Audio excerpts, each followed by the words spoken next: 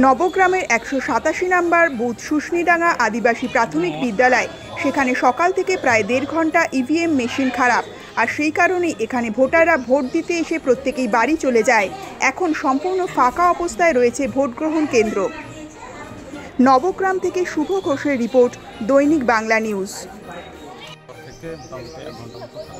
এক ঘন্টা মতো তারপর এসছিল দিয়ে টিচাররা এসে দিয়ে নতুন মেশিন আবার দিয়েছে। ওই মেশিনটা দিয়ে আবার দুটো মেশিন হয়ে গেছে। এখন সব স্বাভাবিক আছে? হ্যাঁ, ভোটদান চলছে? ভোটদান চলছে। কোনো অশান্তি কোনো কিছু নেই? এত ফাঁকা কেন কেন্দ্র এখন মেশিন খারাপ হয়েছিল, এসছিল দিয়ে আবার চলে গেছে বাড়ি, দিয়ে আবার কিছুক্ষণ পরে। মানে এলাকার লোকজন ভোট দিতে এসে আবার ঘুরে গেছে? হ্যাঁ। আচ্ছা, আপনার নাম? শুনেটু।